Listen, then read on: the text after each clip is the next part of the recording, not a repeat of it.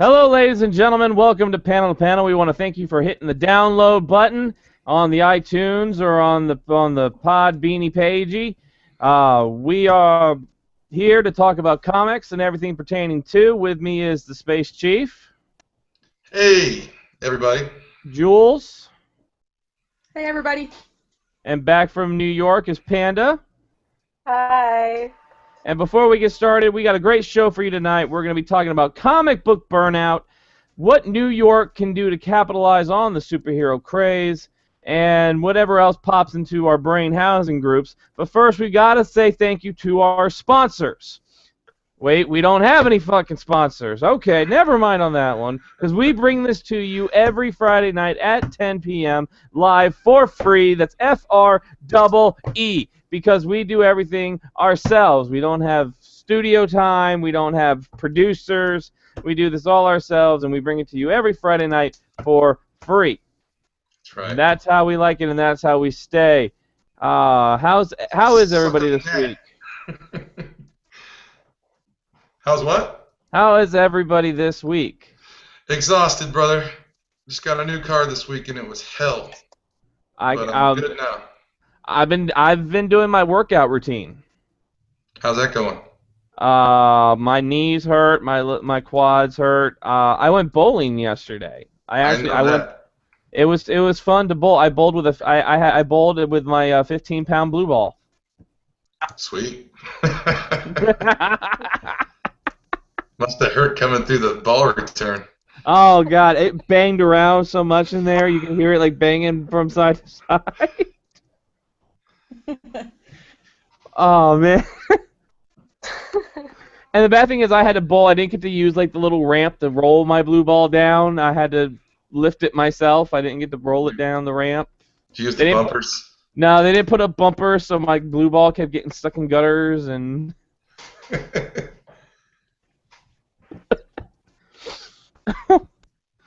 Oh man, oh man.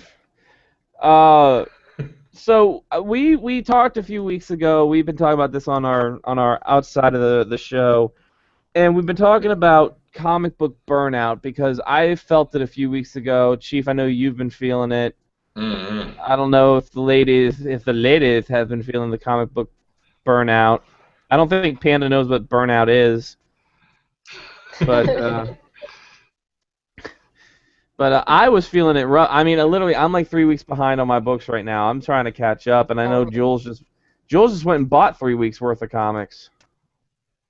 Yeah. Yeah, that was like we had to figure out which ones we were gonna leave behind, and that was really hard because we still had to leave some behind, even though we were going to buy like 1 million comics. But yeah, it's been impossible catching up. Yeah.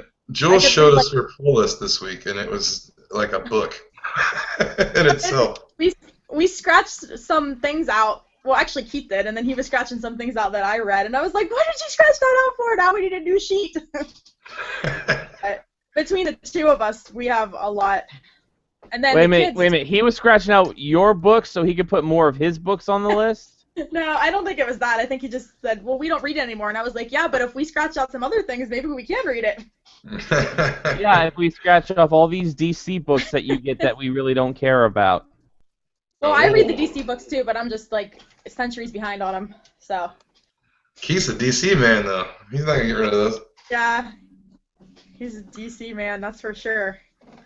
So, but it's fun.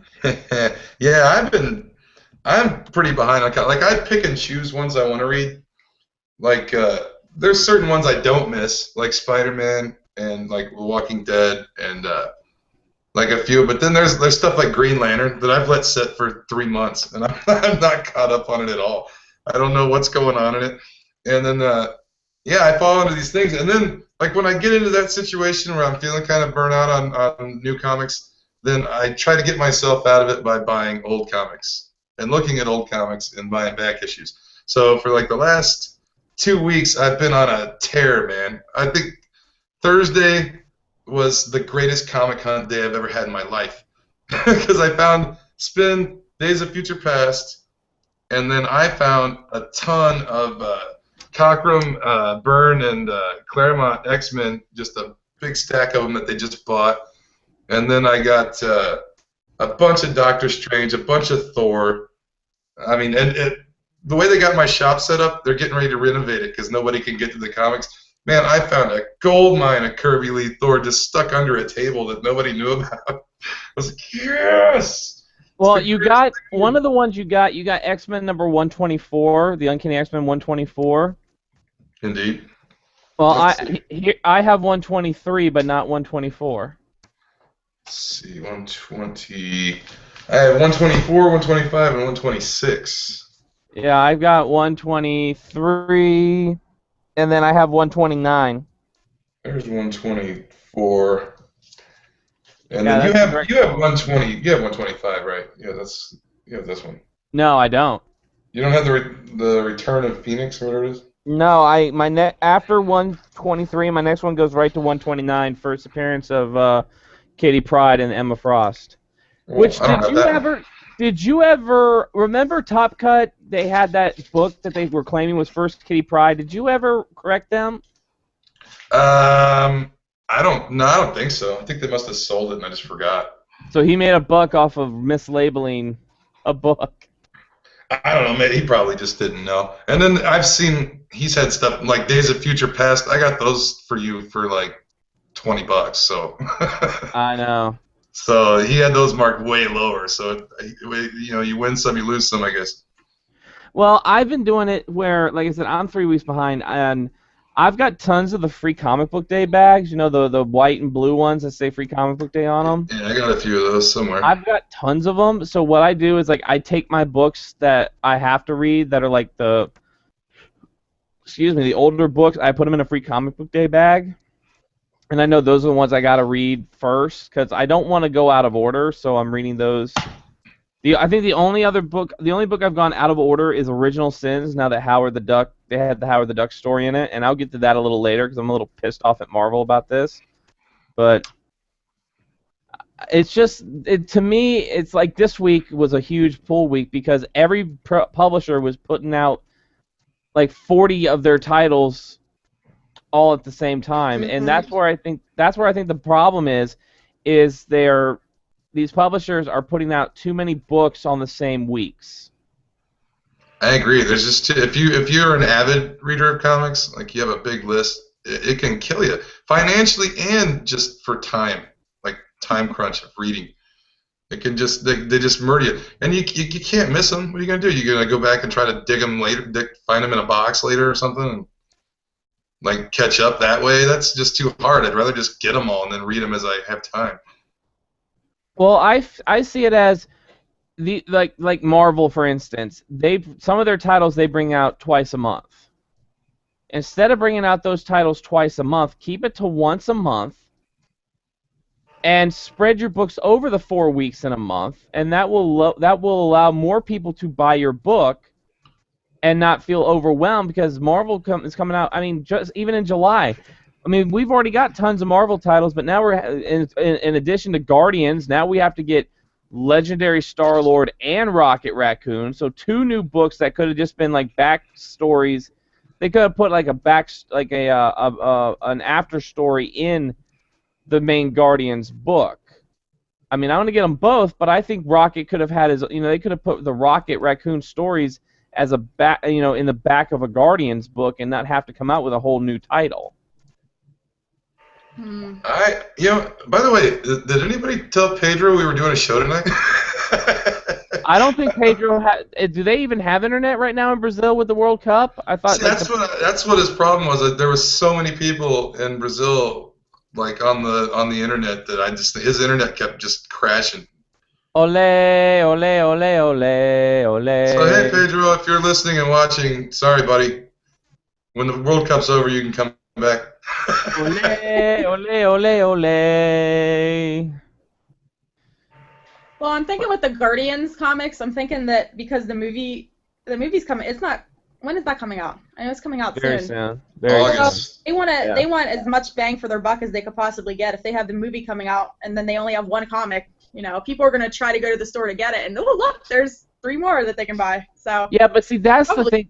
Arlen Schumer, when we had him on, he hit it on the head. He's like, the people that are not comic book fans that'll go see Guardians for the sheer fact that it's a Marvel movie are not going to go into the comic book store to look for the comics. It depends. Like I did. Like when I watched the original Spider-Man trilogy, I was like, oh, I need Spider-Man comics, and like that was like my first trying to like buy at a comic store. So like it just depends. The majority, I think you're right. They just go see the movie and then they go home and they're like whatever.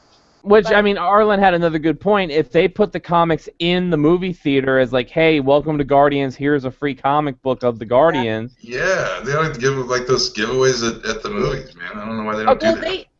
Wendy's just had a comic giveaway. Like the fast food places are starting to do more comic-y type stuff with the movies. And I can't. I've cut off because of this workout. I have cut off fast food. Well, I don't eat fast food, so I just go get the like prizes and stuff. I just go get the comic book and just go get the other stuff. But you think about this though. Like every week I go in my shop, there's either like a free original Sin poster or a postcard or like a bookmark or any of that kind of stuff that's just laying on the counter. And they also have like comic shop news. They should be putting all that stuff in the theaters when these movies come out. Just freebies, giveaways, just sitting on the snack counter or whatever you can pick up on your way out or on your way in. Well, it used to be, like, I remember, and I'll be a dork, but luckily I'll have Panda to back me up on this. Whenever I would go, when they would actually have the Pokemon movies in the theaters, they would give you a Pokemon trading card from the trading card game. You would get, like, an exclusive Pokemon trading card game card, and it was like a gold Mew card or something like that. And they're, like, foil and shiny and, like, I had friends who would go to see the movie every single day just to get the different cards. Yeah. So do something like that. Give something away that would be like cool like that. Well, to be fair, when Amazing Spider-Man the first one came out, they did give these away. This is a little. When I went opening day, I got this little Spider-Man pin. It's like a little pewter metal pin with the Spidey logo on it, which is kind of cool. But that's the only thing I've ever seen at a theater given away that I can recall. They gave out, whenever John Carter came out, they gave out little, I think they were like the lenticular cards. Yeah. Hologram things? It wasn't anything like wonderful, but it was. I hear with the newest Transformer movies, the movie theaters are giving refunds.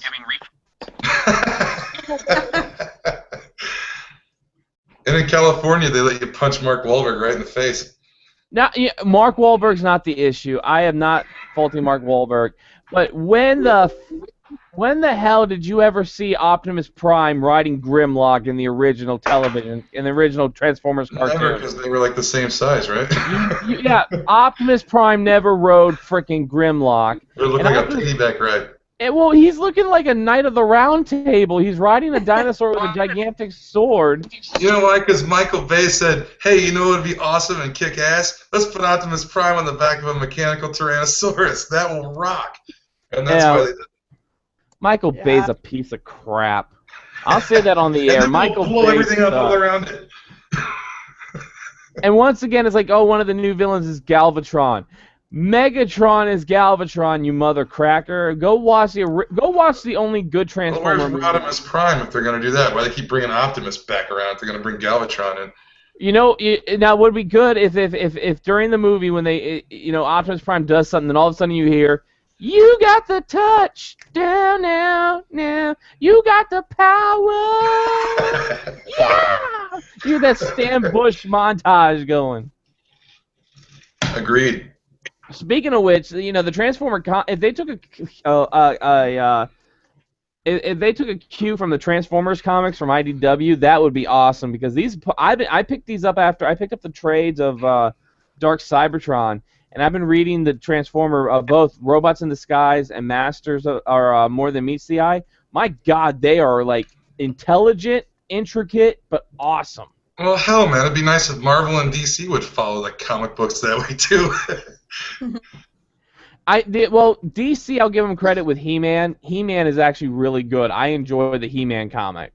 And I still think that this Batman is going to be the best Batman you've ever seen. I don't care what you people say out there. Ben Affleck is going to be awesome as Batman. That costume looks stellar.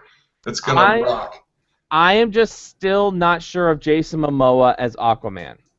And I am not going to fanboy. I am not going to go, oh, but he was in Game of Thrones. Oh, he was so awesome, fanboy. No, Jason Momoa does not look like Aquaman.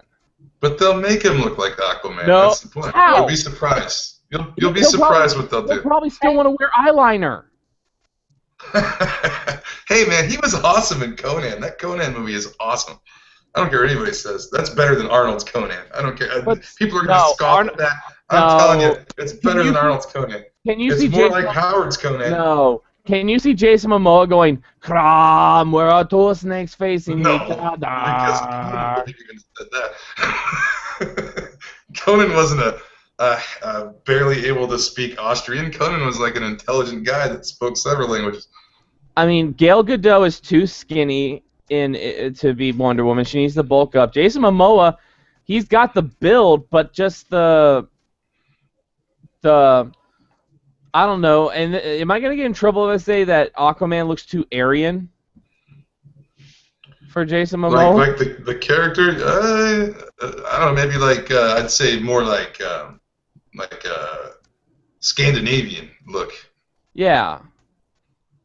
Not what's Jason Momoa's hair? He'll be fine, dude. They'll fix it. They can fix it. I've seen pictures of him where they've photoshopped, like they've already sort of transformed him, and he looks good. It's the voice and the actual acting that'll be the deal breaker for me. I'm not worried about that. Right. That's what I know. And I know the guy can act, and I know he's in like a lot of like geeky type movies and series and stuff. So. Yeah, I give him a chance, man. And I still think no matter what, he's probably only going to get a little cameo anyway. He's not going to be a major part of the story, is he? I don't think so. Just as long as Mara doesn't have 3 dragons with her. I think we'll get, what's her name? Lamar. So, can't think of the... Who, the girl who's playing Daenerys? Or Khaleesi? No. I was thinking of Lori Lamaris or whatever her name is from.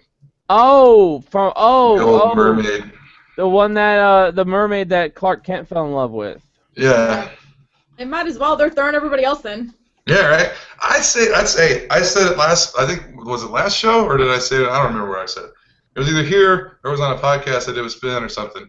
But I say the more heroes, the merrier. All you guys out there saying there's too many heroes are nuts. If they can do it with Avengers, they can do it with DC. And I say my dream one day for a movie is to see Spider-Man swing through New York City with explosions going off miles away, and you see the Fantastic Four converge on the explosion, and then all the other heroes start going, and they create the real Marvel universe where stuff's just blowing up and there's heroes everywhere. You see Iron Man just go flying by in the sky. That would rock so hard. More heroes. More. Put more in it. Put that stranger in it. The bad thing with I think the reason why we're not going to get that is because of it's just Hollywood politics. I would love to see it. Probably a lot of actor egos too. They want to be focused on when they're in their scenes and stuff like that. But. Yeah. I'm looking right here at Batman v Superman. On the Wikipedia here. So they have Jason Momoa was later cast as Aquaman, also in a minor role. Ray Fisher was cast as Victor Stone Cyborg in a minor role. Those are the only other 2 Justice League members they've casted right now, other than Wonder Woman, of course, we know. But do you think they're going to throw in Martian Manhunter as a cameo, maybe? I hope so. Like I said, the more the merrier. Put them all in there. Put the whole Justice League in it. Now with Flash, do you think it's going to be the new guy who's playing him in the series, or are they going to cast a more well-known person as Flash? I don't know. I mean, the series takes off and he becomes known as the Flash, then quite possibly they'll use that guy. Because I think right now, I think they would use ML as Green Arrow. If they I was about brought to say, him I know Jules is I know Jules is stalker target. Stalker? I wish he was ML. my stalker. No, I said you're stalking him. You're I actually. love Arrow, man. I'm behind on it, but I love it. I think it's probably the best superhero TV series that's ever been on TV. No, the original Flash from the 80s was the greatest. Oh, come on, man. It was the original Flash. Because it was paired up. It's like muscly Flash. It was paired up in the Power Hour with like Max Headroom. I remember watching every episode when that show came on, and I loved it when I was a kid. But you look back on it, does not hold up. No. Man, we were talking about comic book burnout. All of a sudden, we started going off on Batman v Superman. Panda, how are you doing with your comics? 'Cause your pool is like huge. My comics are ridiculously. I'm behind. Whenever I went to New York, I had my bag that I took as my carry-on. It weighed 32 pounds, and it was all comics. It was all comics that are new that I have not read.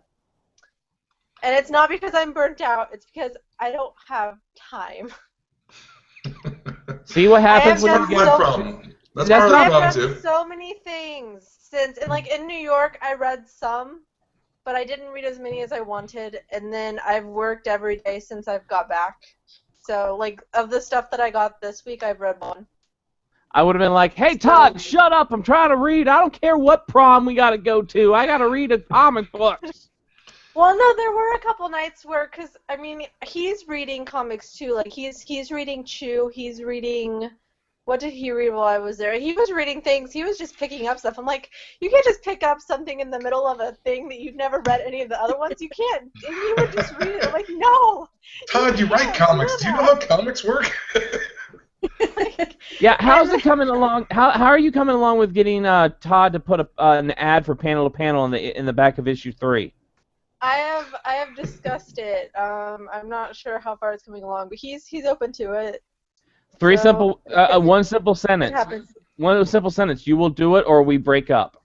I got him coming to my house next week, so. Tie him down, Chief. Tie him down. Waterboard. Waterboard. I'm not gonna force that down his throat while he's visiting my home, but we'll see what happens. I'm such an asshole sometimes. I love it. Well, I mean, it's. I think just everybody. I think it's and people, that truly love comics. And I'm gonna put out there that truly love comics, not people that Chief's already said it in a video. I'll say it that take their comics and as soon as they get them, they mail them off to a place to get put in plastic. I'm talking people who are really going to read their comic books. I think at one point or another experience this where you're just like, I got too much on my plate. I don't have time to read. Whose vibrator is going off? Sorry.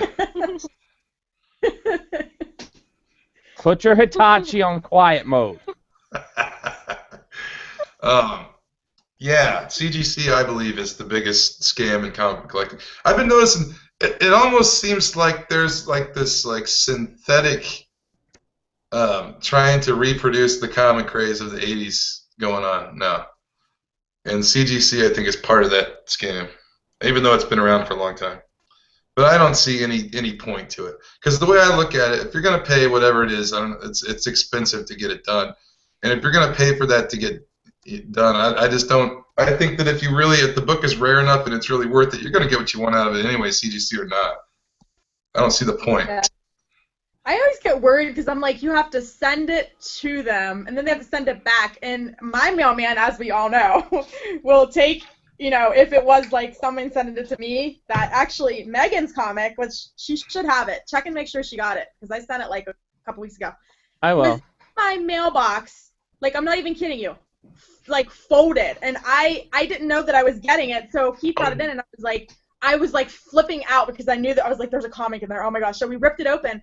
And unbelievably, the board was folded, and the comic was absolutely perfect. I was like, oh my gosh. Yeah, that's what happened to me. I ordered off of eBay, and I ordered my, I think it was eBay, or maybe it was Amazon, but it was my 68 Rule of War. I missed one of the issues when it came out, and I had to order it. And when it came to me, it was bowed. Like, the guy shoved it down in my mailbox.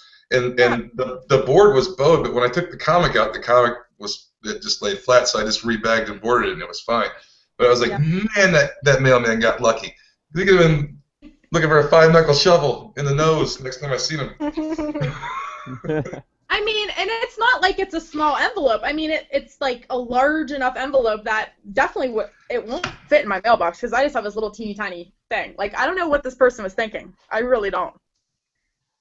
Yeah. But it was perfect. I was like, oh, my heart almost stopped. I was like, oh my gosh. My Tales from the Crypt 39 would have showed up like that.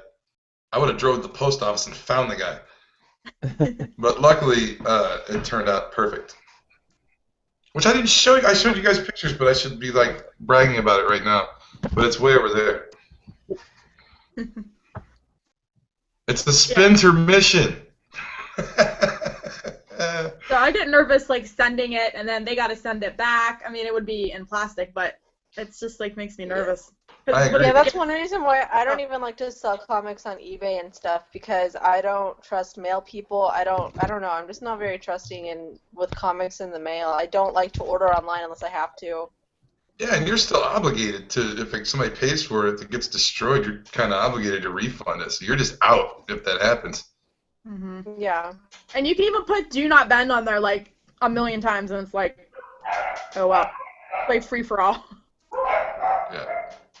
There are dogs barking. I think I'll be right. I gotta go unlock the front door. I think Jess might be locked out. She was at my wife is at the MMA fight tonight where she works. She's got to work the MMA. She's not fighing, but she's in like the cage. Yeah, she's in the cage with the 2-time heavyweight champion. No, she's working like some sort of like money taking booth or something at the fight.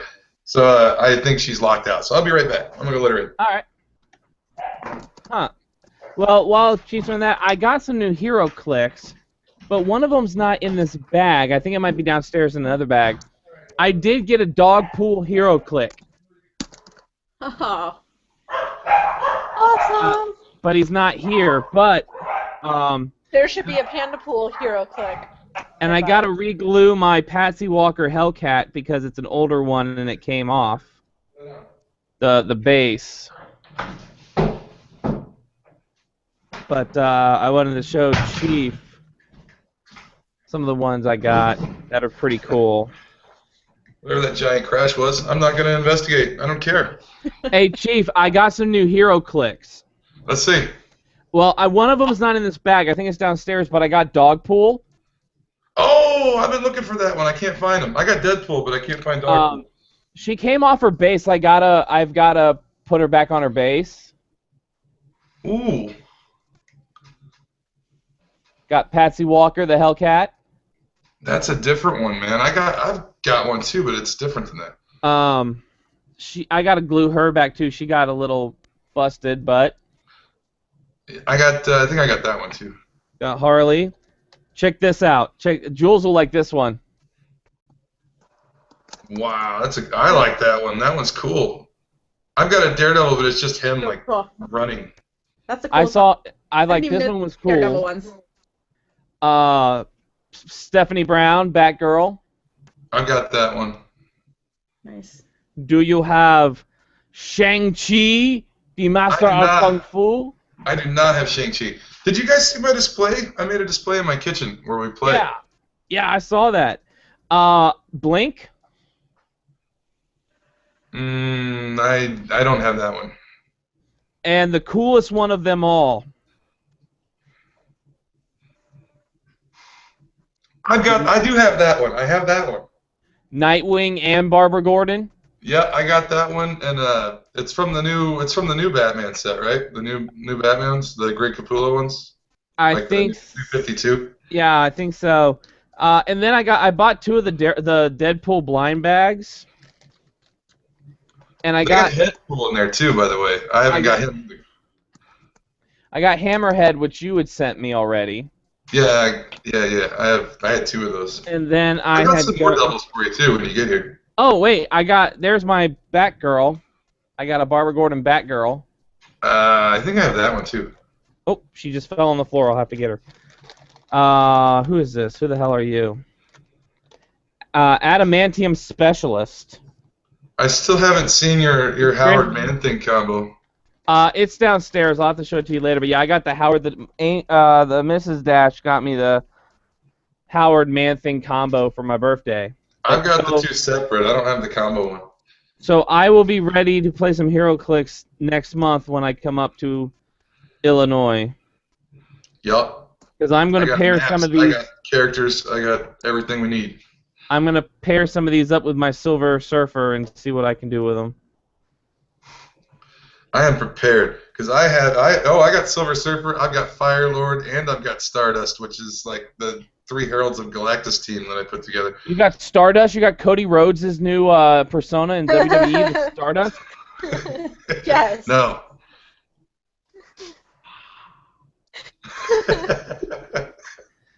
Okay, I got to talk about this real quick. It's not comic related, but I watched it today. Vicky Guerrero just left the WWE. Mm-hmm. Because I don't know anything about this. No, this is great though. This is cool though. When she left, she actually walked out of the company to the music of Eddie Guerrero and did his taunt, and then kissed the sky, put a kiss to the sky and said, "I love you." I thought that was the best thing I ever saw because I do like wrestling every once in a while when it's not bullshit like it's been for like the last 5 years. I want Abdullah the Butcher stabbing someone in the head with a fork. I haven't watched wrestling in so long. Coco Beware is the era I remember. And see, Chief, what's funny is you're so close to Chicago. You could have been like the Road Warriors, man. You could have been like gone to a bar and just beat people up and become a wrestler like the Road Warriors. No, back then I probably wouldn't have been. Back when those guys were around, I don't know if I couldn't have got into a bar then, for one thing. Yeah. I wasn't old enough. Well, Chicago, you can probably do anything you want. Probably. I can't wait to get a beef sandwich. The best ones in the world. But Panda just recently, like we've been joking with her, just got back from New York, where she spent an extended stay with Todd Emko. One of those days she was there was my birthday, but I won't hold that against her. She went to a veggie prom, and if you want to look up what veggie prom is, there's like absolutely jack shit about it on the internet. All it says is it's got good food and yummy vegan treats. There's a Facebook page though, right? Yes, and it says there is yummy food and yummy vegan treats.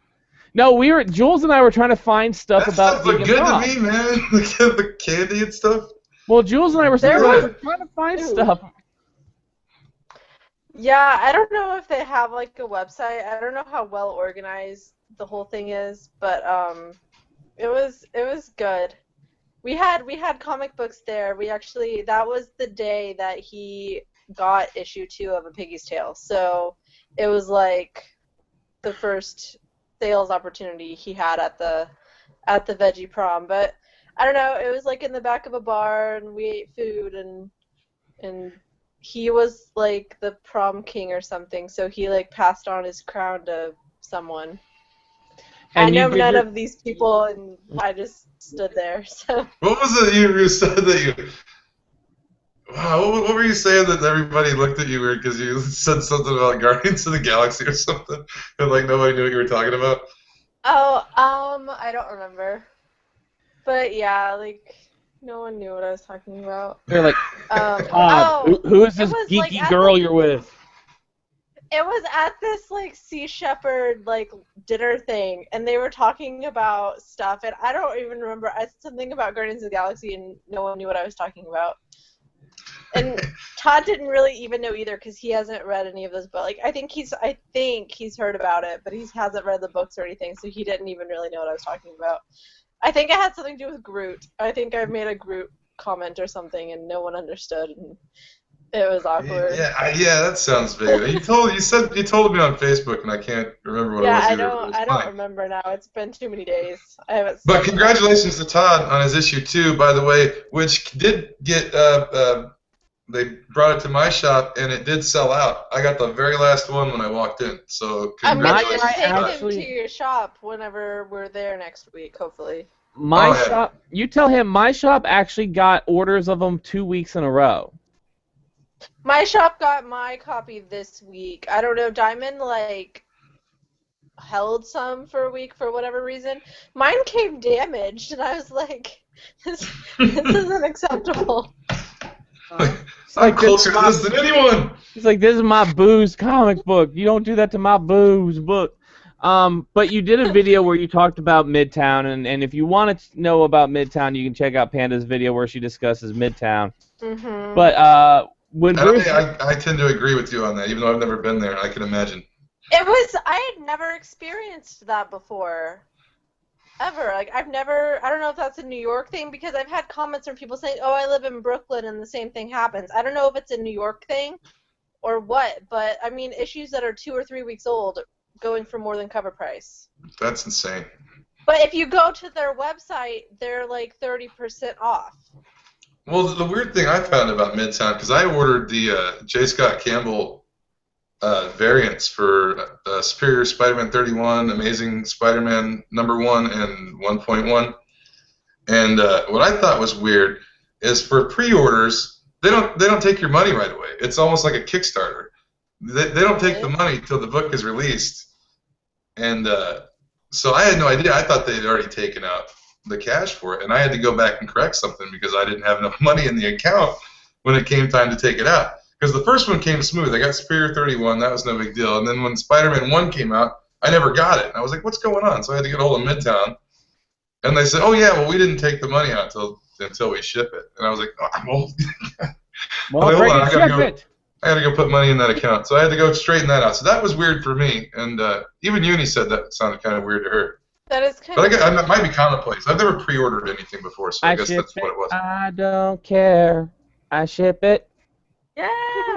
No, I think that's might be a good, like, we get frustrated. We pre-ordered a few things off of Amazon. I mean, it's not a comic store, but a few trades. And so it'd say, like, it's coming out this day, we'll ship it this day. And then, like, oh, wait, it's coming out next month. Well, they, like, already charged us for it.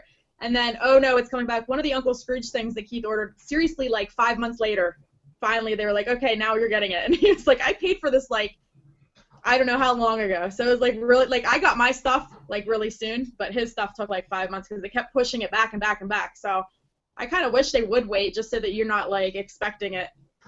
But I was meaning to tell you guys that do like old Disney Uncle Scrooge books, like the old school ones. Yeah. Send me a list of ones you guys need because Top Cut just got a ton of them. Ooh, okay. My shop has some too. I don't know how reasonable. They got a bunch of old ones. Some guy just came and sold. I wish someone would come in and sell all their collection because we'd be definitely broke then.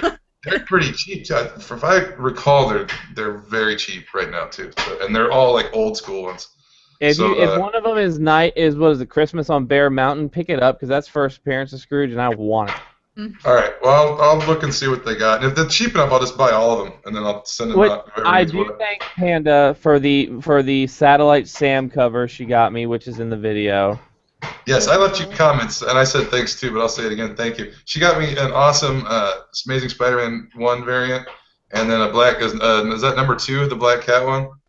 I think so. I don't remember. But none of your covers has a scantily clad woman in garters and pantyhose. Got a Black Cat on it. As soon as I saw that, I was like, he has to. Like, I can't leave that there. Like, I would never hear the end of it if you found out that it was there. I love debauchery. You know me, I love debauchery. Yeah, you do. That movie you've been trying to get me to watch, I can't even get through it. What, Barely Legal? Yeah, that thing is... The acting in that is just stellar, dude. I told you it's stellar, and I don't know why Andre from Black Nerd Comedy is in that movie. And what's funny, that is by the Asylum. The production company, the Asylum, they make a lot of those B movies. Oh yeah. It reminded me like a Showtime porno. It starts out like it looks like a Skinemax movie. There's two more. There's another one called Celebrity Sex Tape and one called Alpha House. Both by the Asylum. Both use the exact same sets. I mean, just bad movies, man. Yes. But when Bruce Zick was on, it was kind of like a passing, but I was like, wait a minute, this would be good for a full segment. Is New York? I mean, it's New York. Mm-hmm. Every superhero in Marvel pretty much for 30, 40 years lived in New York. Yeah. Why has New York never built an Avengers mansion or an Avengers tower or an X mansion as a tourist attraction? Baxter Building. The Baxter Building. I mean, think about it. Stark Tower. If New York built these places, they could they could team up with Marvel and actually build these places, and it would be a major tourist attraction in New York City and bring more people into New York and bring more money into New York's economy. Well, that's the thing about Marvel. Like back in the day, they were more, they were considered the more mature of the two companies over DC because they had more like real life problems. And then one of the cool things, if you read old early Fantastic Four, Reed Richards used to go talk to Jack Kirby and Stan Lee in the comics. He'd like go to the Marvel office and they would talk to Reed Richards. Like they were drawn into the book. So it was like more like that Marvel created this thing where it was like a real life. Like it was this, like the Marvel Universe was a real life place, and like with people like Patsy Walker, like she used to be in the old Patsy and Hetty comics and the Patsy Walker comics. Well, Stan Lee took those old comics and eventually made her Hellcat, like later on. So it was almost, and then they said the backstory, the old Patsy comics where her mother drew that comic book within the Marvel Universe. It's this weird kind of convoluted real life fantasy kind of world, which that always appealed to me, that there were real life places in Marvel, and DC was like Metropolis, Gotham City, places that didn't really exist. Metropolis is a real place, though. It's just not that place. That's where they have the Superman celebration. Yeah, and then they named the town like, well, I don't know how old that town is, but is the town named after Superman, or did Superman take the name and name the name of the city? It might just be one of those coincidences. Like it was neither. I've driven through there before. To be a town. When we went to Florida, I drove through Metropolis. It's a really small town and everything, but I mean they have a Superman museum. They take advantage of what they have, which I think it works out for them. But well, I mean, back to the New York thing. I mean, they do have the Avengers exhibit right now, which I didn't get to go to because of two different technical difficulties.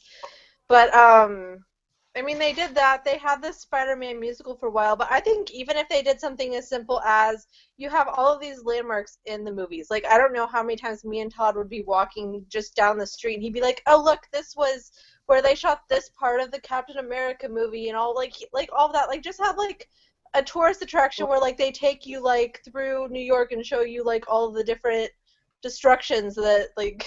Yeah, well, they did that with Seinfeld. They had the Seinfeld tour that went around to all the famous Seinfeld landmarks. Do that with Marvel. Well, I mean, just how cool would it be if you're walking down a street in New York, and you look up and it says that you look at a building and it says the Daily Bugle. Yeah, or even if it's a real business, put that on it so that it looks like it's part of the Marvel Universe. The thing about New York is, though, the people that live there, they don't even know that there's a Comic-Con there each year that's humongous. Like, when we went, they had this thing at Toys R Us, and it was like this giant, it was humongous, this giant Skylanders thing. And I was like, oh, this is so cool, you guys are doing this because Comic-Con's here, right? And they're like, where's Comic-Con? I was like, it's in New York, like, it's this weekend. And they're like, we never heard, we didn't even know. And the whole time we were there, like, people would see our costumes and, like, Paige's Dalek thing, and they would say, what is she dressed up for? And I'm like, Comic-Con. And they're like, we never knew there. And I'm like, you live here? And they're like, yeah. Like, nobody know in New York, because it's so big, there's so much stuff, they're kind of like in their own little world. So there's a Comic-Con there, and people there, they don't know it. Nobody knows it. And if you could say, like, can you tell me where the Comic-Con is? They'll say, I don't know. So you have to say, where's the Jacob Javits Center? That's where the Comic-Con is. And they'll say, oh, go here. Well, that's kind of the way Chicago is, too. Like, C2E2, nobody in Chicago knows C2E2 is going on when it's going on. And the only one, like, San Diego makes the whole town turn into Comic-Con. So everybody in San Diego knows what Comic-Con is. Knows it's Comic-Con. Like, you go 10 blocks down the street, and they're like, oh, are you here for Comic-Con? And you're like, yeah. Like, it's a total different. Yeah, in New York, it's like, what are you here for, Comic-Con? Hey, what you doing? You're here for the con. Get out of here, you know, I'll smack you. Get out of here. You know, Ed Koch was the greatest. It's such a missed opportunity. Even could have done so much.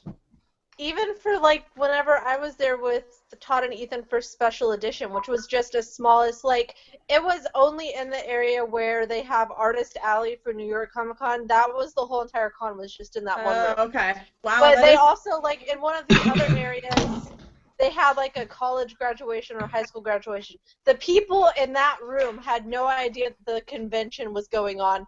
They were confused. They thought that people in cosplay were just showing up to this graduation. In the same building, they didn't know that there was something going on. Like, that's just, they just don't pay attention. It's just like, okay, whatever stuff happens here, whatever. As long as I can go to point A to point B, I'm good. Well, to be fair, in New York, they do have those guys that just stand on the street. There was some kind of controversy about those guys just recently, and I just saw it. But I mean, it wouldn't be odd to see a guy just walking around in full Boba Fett costume in New York on any given day of the week. I wouldn't think. I would think you could, like in Times Square, you would see that easily, like every day, and you wouldn't think anything of it, and you wouldn't think a Comic-Con was going on because you probably see it all the time. You do see Elmo because at the Toys R Us they do have like Elmo, and he's not like cool looking Elmo. He's like scruffy looking Elmo. Like dirty street Elmo.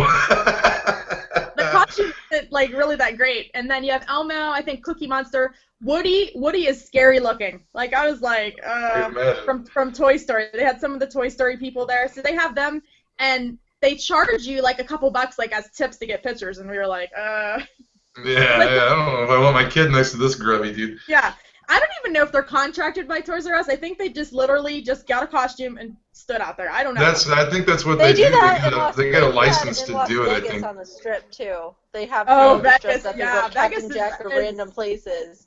Oh, there was one time, what was it? It was like Captain Jack and like some other one like got in a fight over territory. It was the funniest thing. It was like I'd rather see that than have a picture of them from Wizard of Oz or something. Did you see the funniest thing? Everything. When we went down the Strip, I had to like tell Paige like because they'll have like the strip clubs like all blacked out so you can't look in. Paige is like, "Mommy, why is there all that? Why can't we see in there?" Because then there'll be like a grocery store like right next to it. And I'm like, So I had to explain that to her, but they do have like they had a Wonder Woman there, and she looked just like Wonder Woman. And in the strip club? They have they have Transformers there. They have. Like, I'm sure they have Wonder Woman in the strip club too, Spin. You just gotta find one. She might have went there. I don't know, but oh my goodness, yeah. Did you see the naked cowboy in New York, Panda? Were you able to find the naked cowboy? I did not, but I was only in like the Times Square area for just a little bit, and I was walking like I set up Todd and Ethan's table, so I was like walking all of their stuff to the convention, and I didn't know where I was going, and towards the end I didn't know if I was in a good area. What so kind of relationship are you in? Come to New York, but by the way, here, carry my shit. Carry this 8 blocks to the con for me.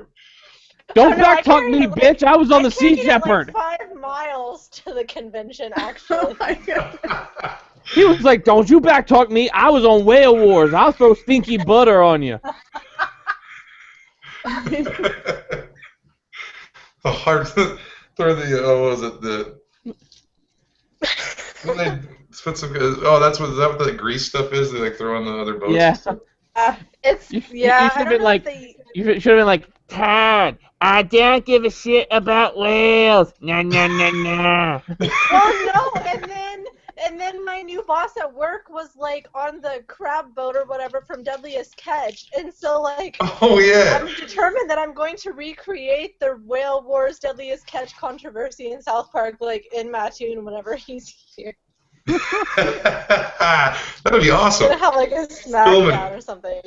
He made you walk like 5 miles to take the shit to the convention 5 center. miles one way actually. And then he shows up in like a go-kart. "Oh, sorry, did you want to ride?" No, actually he was at work, and I went to pick him up from work, and he like was like 3 hours late, so I had to sit outside, and the security guy I thought was gonna like call the cops, and I got hit on by some guy. There's a restaurant in New York called Just Salad, and they do not serve just salad, and I have a problem with this. It's not that type of salad. Oh. Are you sure this was a restaurant? Because it might have been prison. I don't know. He gave me his business card, and that's all I know. Just salad. Maybe you're the next Wonder Woman. He didn't put like an addendum on there like it's not what you think. Not that I tried to just not pay attention because it was really dark outside and I was scared. So. Yeah, man, be careful. I could just still see it. Like you're sitting there in his house, and then it's just like, hey, we got to go set up for Comic-Con. All right, let's go. Yeah, I'll see you there. What? Take my shit, bitch. Take it to the con. Set it up for me. If I ain't there, you're gonna man the table too. You need to get some Sell all rooms these from damn this books. Comic-Con. Huh? You get 20% of the sales. I know, right? No, and then during the convention, You're just a glorified merch girl, aren't you? You're just like you're his glorified booth babe. I guess sort of. But I was like the piggy caretaker. And me and Piggy got kicked out of a supermarket, and I'm not quite entirely sure why. It made me sad. Wait a minute, you're Piggy's butler? What do you took him in a supermarket? Does he have like what do you call it? The status like the He's a service service dog? dog. Yeah, he He's has service the dog. vest and everything. But the lady, it was the first time that I had tried to take him anywhere too. That's illegal. They can't throw service dogs out of a business. Yeah, I would have said something. Hey, Wait a Panda minute. disappeared. She got pissed at us talking about Todd saying, "Take my shit." Yeah, they're She'll coming be here back. next week. I better lay off. Well, I told her, you should wait because I'll be coming up there in a few weeks. You just wait, and then he better come up the week I'm there. He may have like things going on then. That's the only thing I could explain. I'm No. sure he would if he could. He ain't got nothing going on because I'm gonna make him carry my shit. Bring some golf clubs. Make him carry those around. He's gonna carry around my Atari 2600. That's what he's gonna carry around. Todd, I promise I won't make you carry anything when you come here. I will. But then again, I'm an asshole. That'll be bringing extra stuff just to make him carry. Weights, bowling balls. Bring your 15-pound blue ball. Oh, I should, but I have to go. It was actually the bowling alley's blue ball. Go steal it. I ain't gonna By the steal way, nobody's blue ball. I found a bowling alley in the town of Marengo, not too far from here. That's like it's one of those really nice ones, like a new one, like a Brunswick bowling alley, and it's got like the all the fancy neon lights on the outside, and it's got like midnight bowling and stuff. Oh, Looks nice. pretty cool. I've actually got something that works. I can't tell you what game I'm looking for the Atari, but I'm looking. I'm gonna be buying a game for it, and you will play it, but I'm not gonna tell you what it is. Hey, do you have Dungeons and Dragons for the Atari? No, I gotta get the. They had that. Was that on Atari? Because I knew they had it on like ColecoVision or in television. I'm pretty too. sure they had a Dungeons and Dragons Atari 2600 one. I don't think it was very good. I've seen some weird ones, like they had like Fire World and Water World, but they were only games for like a contest. So it's like now owning them is like why should I even own them? The contest is over. There was a Spider-Man game and a Superman game for the Atari 2600. Yeah, I know about the Spider-Man. I don't remember the Superman one too well. The Superman one was like Lex Luthor blows up a bridge, so you have to fly around and find all like the pieces of the bridge.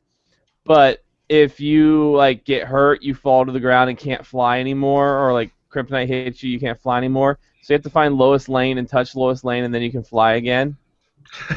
I'm like, what does Lois Lane do to you to be able to make you fly? She gets him up. She wakes him up. She wakes up his get up and go, if you know what I'm saying. Oh, man. All right, Jules, I am going to allow you to nerdgasm on John Romita Jr. and Superman 32. I'm giving it a chance. I feel like I was just put on the spot there for a second.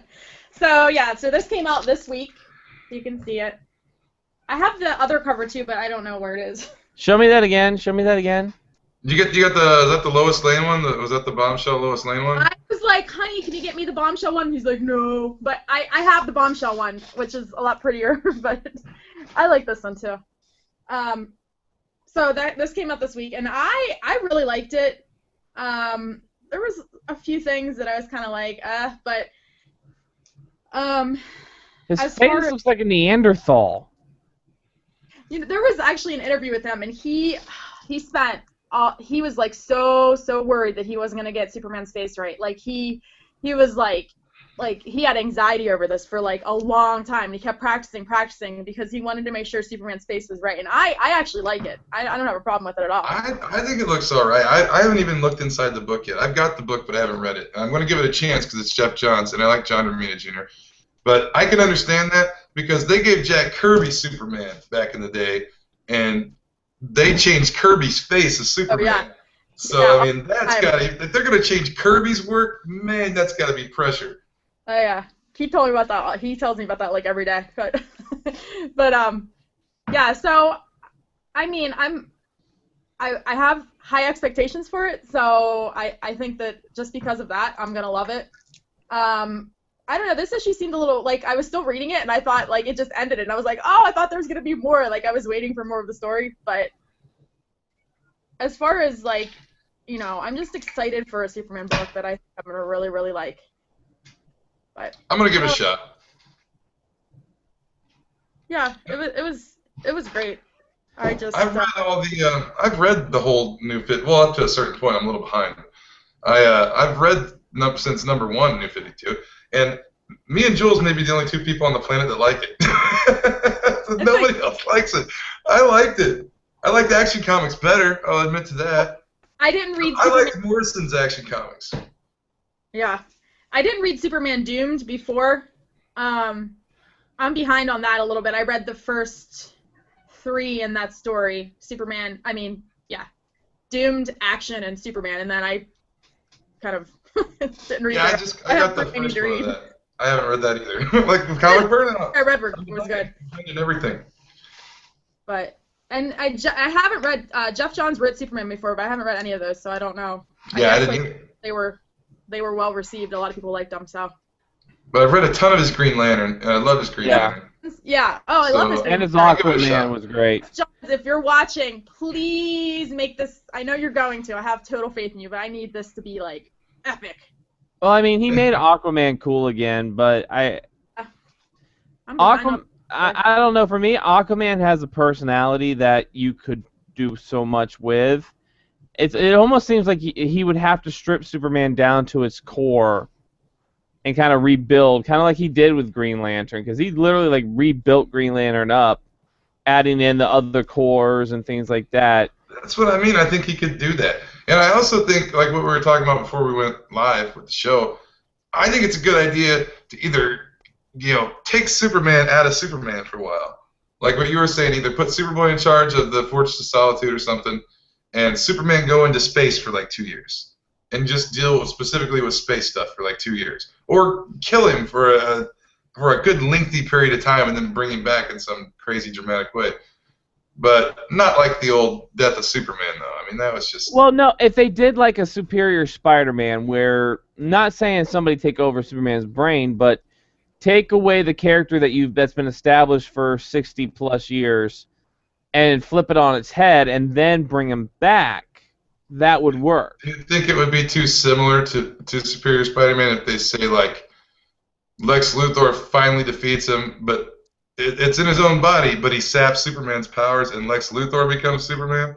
No, well, I'm not saying to have somebody become Clark Superman. is just a regular human. No. What I'm saying is you do this. Luthor or someone, Doomsday, Darkseid, whoever, finally kills Clark Kent. All right, so Clark Kent is dead, and then Superboy will take over the mantle of Superman. Oh, and like just a complete... But the powers, he doesn't have the same powers. Exactly. He doesn't have the same powers, but that is what would make it an interesting read, is that he is trying to be Superman, but adapting with what he knows how to do. And he's half Luthor, sort of. Exactly. That would be good, because I saw a cover of an upcoming Superboy. I think it's next week Superboy comes out, and it's him and Crypto are on the cover. Oh. I like the I'm telling you, the Grant Morrison, I think it's the number 13 action. It's one of my favorite Superman stories ever. So where he pulls Crypto? Pulls Crypto out of the Phantom Zone. That's one of the best. Because I love dogs. You guys know that I love dogs. Yeah. And I love that story. and I think it's great. I But just think it'd be that interesting to see Superman needs Superboy. a major I agree. shake-up. I would read that if they did that with Superboy. Yeah, I And mean, hey, if Superman in All-Star Superman can give Lois Lane his powers, then Superboy could figure out a way to adapt the rest of Clark's powers. I would think at some point, with all the stuff in the in the Fortress of Solitude, he should be able to come up with a way to do it. yeah, next week is not a single issue. Next week is Superboy Volume 4 trade paperback in the New 52, and it's him and Crypto are on the cover. Mm-hmm. So it's a trade. Okay. It's a trade paperback. But that's what I feel. I think DC dropped the ball when they killed off Bruce Wayne and didn't let Dick Grayson kind of ride out Superman or being Batman. Because I mean, they gave it to Dick Grayson, but then real quickly Bruce Wayne was back. They didn't give it time. Yeah, I like the dynamic of Dick Grayson and Damian. That was cool during Blackest Night. Yeah. And it allowed Dick to become basically what everybody felt he was going to become anyway in the end, is that Bruce was modeling Dick all along to take over the mantle of Batman anyway. Which rightfully should be. Which rightfully should be. But DC didn't capitalize on it. They didn't let it ride out and keep Bruce Wayne dead for an extended period of time. They immediately brought him back. If you kill off Superman, not like they did in the 90s, I mean literally kill him. That could also be one of two things. One, it gives Superboy a chance to step up, but two, it can show that Superman is fallible. Superman is not immortal. He's not a god. Superman. It's hard to find a balance with that character though, because I mean, there was a point where there was a point that he got to the point where he didn't need any other heroes. He could move faster than light. He could be everywhere at once. He could literally vibrate his molecules into another time and dimension. And they scaled that back a lot once already. So finding the right balance with Superman is really hard to do. And I think one of the best versions of Superman is the animated series, the Superman animated series. I love that. Because I love, like, that was the first time that you'd seen in a cartoon like a big major bad guy villain punch Superman, and the force of it knocks him through a building and through another building and then into a hole in the ground. That just the physical, the way it moved and the way Superman did get his ass kicked here and there. I thought that was cool about that show. Well, that and it had Gilbert Gottfried and Mr. Mxyzptlk, which I absolutely loved. Oh yeah. But you think about it, you think about it. It couldn't. Why have they not thought about this? Because one, Superman is vulnerable to magic. That's true. So any magic user could. I mean, shoot, Constantine could incapacitate Superman easily. You know, Nick Necro, Dr. Faust, those guys. Dr. Fate. But also, his powers come from Earth Yellow Sun. If you block out the yellow sun or do something to the sun, which is what they did in Forever Evil, then you know you can find a way to kill him, and it wouldn't take that much. But they don't play that up a lot as much as they need it to be. You know, even in like Superman Unchained, it's like, oh, I'm gonna kill you. No, you're not. You know, oh, they brought these robots, but I can just beat these robots. As much as I like Superman Unchained, and I liked a lot of the Superman series, I even like Adventures of Superman most of the time because it's just different little stories. But yeah. I'm wondering why instead of like Superman Wonder Woman, why we haven't gotten a Superman Superboy series, and it's like maybe even just like a maxi, like a 12 issue or something. I don't know, but like I don't think they ever. I mean, they did address it, but they never properly addressed the fact that Clark has this animosity towards Connor Kent. He doesn't like him. He thinks he's an abomination, and called him Con-El, which means like abomination in Kryptonian. And Connor Kent didn't even know that. He thought, oh, he's accepted me as a Kryptonian, when it was really this backhanded joke at Connor Kent's expense, which proved that Superman can be a petty dick too. He's not this golden boy, which I thought was one of the first interesting things about Superman in the New 52, and I don't think they've addressed it well enough. I don't think they've ever gotten back to that. And they brought that over to the Young Justice television series as well, where Superman didn't really want anything to do with Superboy. Right. They made it seem like he was more like afraid to get involved and didn't really know. But in the comics, man, Superman was just a kind of a dick. I mean, he was mean to him. It wasn't like it's not like just Batman. kind of freaked out to get involved with him. He was literally mean to him. Thought he was an abomination. He wasn't pure Kryptonian. He wasn't. It's and not so like he gave him a Batman derogatory name. It's not like Batman when he found out that Damian was his son and immediately, you know, started training him for good instead of evil type of a thing. Yeah, it's Superman. Like, you're not good enough. You're not Kryptonian. You're not like me and my cousin. So well, that would be I'll call good. you Con-El. That would be good. I mean, right now, like I've said many times, I like the direction they took Supergirl in, making her a Red Lantern. It took her out of the Superman shadow, let her go off in space to do her own thing for a while. And like I said before we went on the air, I do hate the fact they're going to take the red ring off her, and then Jeff Lemire is going to screw her up in Justice League United. But, Guy Gardner's going to be a Blue Lantern by the end of the year, too. Yeah, which who sees that coming? But right now, Supergirl's a Red Lantern. I love it because I love an angry Supergirl. Because you got to think, if you woke up and you realized, hey, my baby cousin is now like older than me, as far as looks wise and physically wise, my whole planet has been destroyed. I got sent off my home planet against my will. You're going to have some anger issues. You're not going to be happy-go-lucky. Hi, I'm your cousin. I just flew out of a spacecraft, Supergirl, like in the Golden Age. Well, oh, yeah. He was a jerk to her then. He abandoned her in an orphanage back in those days. But then I thought that it was cool. The thing about Supergirl that I liked, I don't actually read her series, but I did read the I think I bought a couple during that was like the Hell on Earth arc and Superman. Uh-huh. When the other guy from Krypton or whatever came there. And, hell yeah. And but I like that she saw Hell's point of view and went with him and was like, no, I don't believe in what you're doing, Clark. I'm going with him. And she has her own mind. She doesn't just do what Clark says. She does what she wants. Well, I think there was and I got to go back and I'll check again. But in the Red Daughter of Krypton, I think that when they come, like there's one issue where they come to Earth for something, and I think Superman shows up and she basically tells Superman basically go screw himself.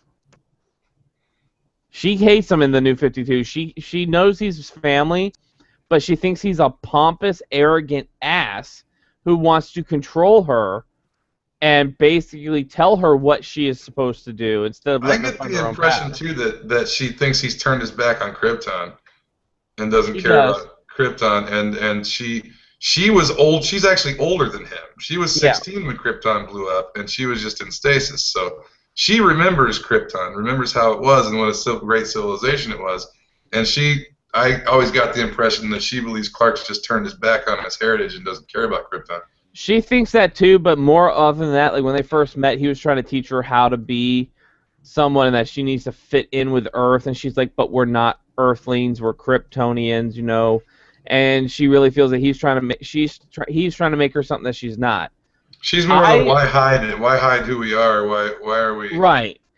society? I don't think there's ever been an issue where she's been wearing civilian clothes. I think she's always been in her Supergirl costume. I don't recall any since but Power Girl, who was the Earth 2 Supergirl, if I'm correct in that. She's more in line with the thinking of the old Supergirl from the old DC, I think. She's a little bit more mature and she kind of knows the score a little bit better. And knows that she needs the secret identity. She has bigger boobs too. And a window to see them. And a window. Yeah, I don't like that costume. I do like Supergirl, the real Supergirl's boots though. How it kind of goes up to her knee and then it kind of cuts out the knee, but it's still got the other part of the boot above the knee. It's pretty cool how they redesigned her costume. I like how they redesigned her costume to make it different from Superman's. And I don't read her series. I'm gonna have to go back and get a lot of that Red Daughter of Krypton stuff because I do read Red Lanterns. And that's it ties in real well, yeah, because the last couple issues tie in with Red Lanterns, So you don't get the whole story of what's going on unless you're reading Supergirl as well. And I have every issue of Supergirl from when New 52 started because I like Supergirl more than I like Superman. I just always thought Supergirl had more interesting stories. What do you think about that movie they made? I could take it or leave it. The Supergirl movie. I haven't seen that around in a long time. You just made Noah upset because you mentioned the Supergirl movie. I went to the theater and saw the Supergirl movie, believe it or not, because I'm an old man. You know what's good about this week? Howard the Duck came back. Yes, he did. Tell us about it, Spin. Original Sins #2. Howard the Duck is in there with his story about Original Sins. I was happy he came back. What I was pissed off about is this book contains 3 separate stories of Original Sins. One is about the Black Knight.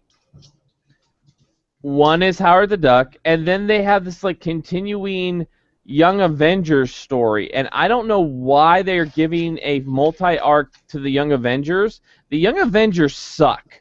Okay. Yeah, I read the first Original Sins. I didn't like that. I don't like Hulkling. I don't like any of those guys. I hate the Younger Avengers. I think they are a waste of space, and they need to be taken out like the New Warriors were before Civil War.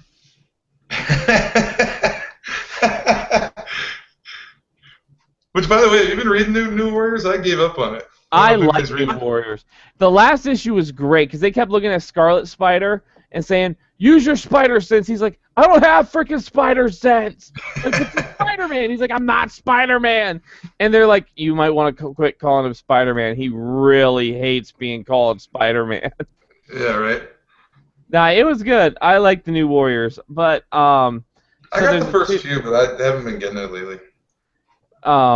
Is that on your big giant library card pull list, Jules? New Warriors? Mm-mm. Oh, it's good.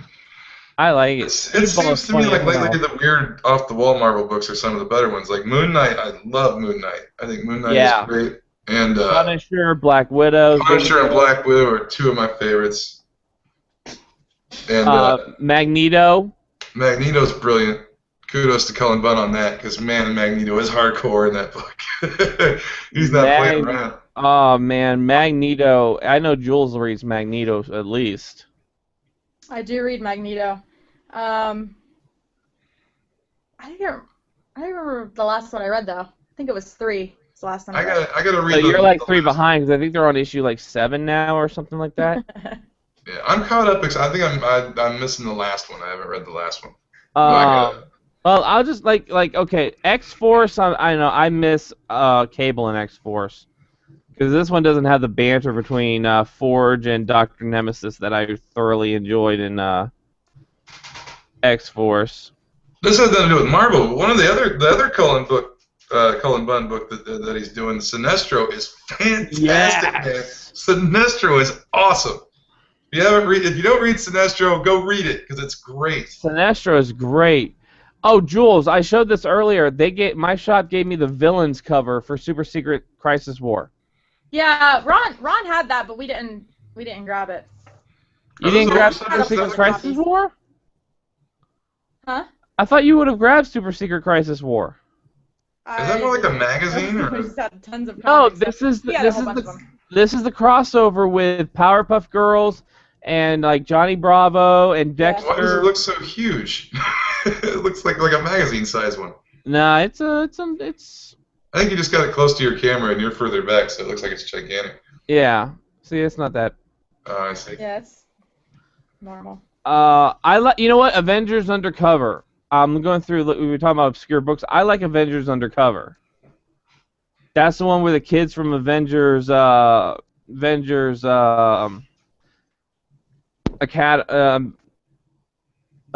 World and all. No. The Avengers Hunger Games. Arena, that's right. Are together and they're doing their thing, and they killed Arcade in one of the issues, which was awesome. Wow, I didn't know that. Oh yeah, it got hardcore, man. But it's like characters from like the Runaways, Avengers Academy. So are you guys both reading Original Sin, like the main Yeah, I am. title? Yeah. I don't. You know I what? haven't read It the last almost issue of it, lost though. me in issue. Was it on 4 now? Is it 3 3 or or 4, 4? yeah.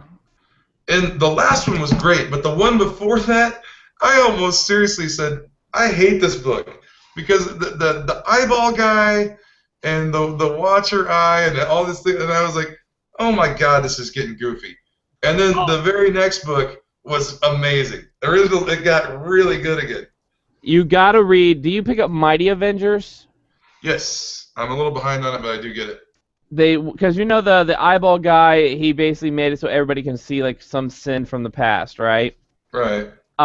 Luke Cage goes to his dad because his dad in like the 60s or 70s actually teamed up with like Blade and the Blue Marvel, and there's a whole story of that.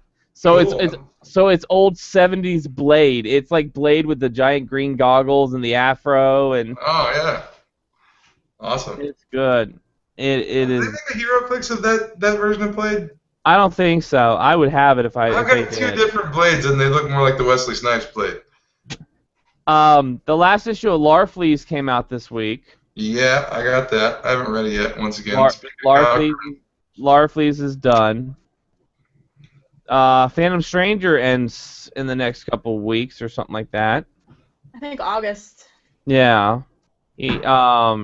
which is the biggest mistake you're making ever, DC. That book is your best book, in my opinion. Phantom Stranger is the best thing going on at DC. Well, it's funny that they're canceling that they end. Okay, they end Forever Evil, which was started by the Trinity War. And they're canceling both books that are the Trinity of Sin. They're canceling Pandora and Phantom Stranger. So it kind of seems to me DC saying, well, that chapter's over. We don't need these books anymore. Well, I thought they dropped the ball in the Trinity thing by not having a question series. They should have had, if they're going to have the Trinity, then they should have had all three of them have their own series. If they're going to do it with Pandora, they should have gave the question a series too. Yeah, they copped out on the question so hard in that. Yeah, he didn't. Not enough for sure, and he wasn't like the real question should be. I don't know if I dig that. I do love the way that they reinterpreted Phantom Stranger though. Now, did anybody pick up Original Sin Hulk versus Iron Man? I did, and I got the variant, the Iron Man cover with the where he's like got the hand up, and then you can see the Hulk's face in the reflection of his mask. Now, something we may need to talk about, I don't think we got time this week, but next week, maybe talk about how, which, you know what, I think, yeah, we don't have a guest next week. It's just us. Talk about our feelings on Angela being Thor's sister going into the new Thor Original Sin. That's weird to me. Seeing as how she comes from an alternate dimension. Well, Odin screwed someone in that dimension, and there she was. True! Odin can't keep it in his drawers. Oh, man.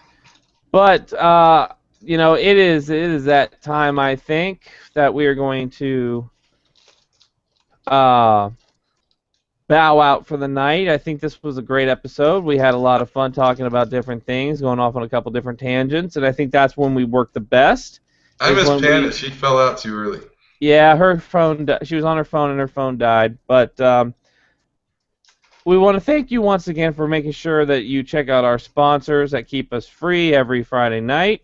And by sponsors, I mean us, because we do it all. If any of you out there want to be a sponsor, hey, come on. Hey, we're not kicking people out of the room here. Yeah, come on, be a sponsor. But every Friday night at 10 p.m. is when we record this, and then the following week you can hit the download button, and you can take us on the go wherever you want us to be. We'll be in your car, we'll be in your ear holes while you're working out. Shoot, if you're in the bathtub and you're soaking your little tootsies, you could be listening to us. whichever you want to do. You can hit us up on the Twitter, as Chris Jericho says, the Twitter, at spin-p2p. That's the official Panel to Panel's Twitter site. Check us out on Facebook at facebook.com/Panel to Panel. Check out all of our other myriad of things that we do, other shows, other specialty items. Daily Motion page. Go to that. Yeah, go to the Daily Motion page. Check out what Chief and I do. Go check out Chickcast with Jules and what they do over there. Go check out everything. We hope Pedro's not dead in Brazil with all those. Hope there were no soccer riots. Those soccer true football fans, as he calls them. So until next time, this is us, and we're done spouting the bull crap out of our brains. So good afternoon, good evening, and good night. Good night, everybody.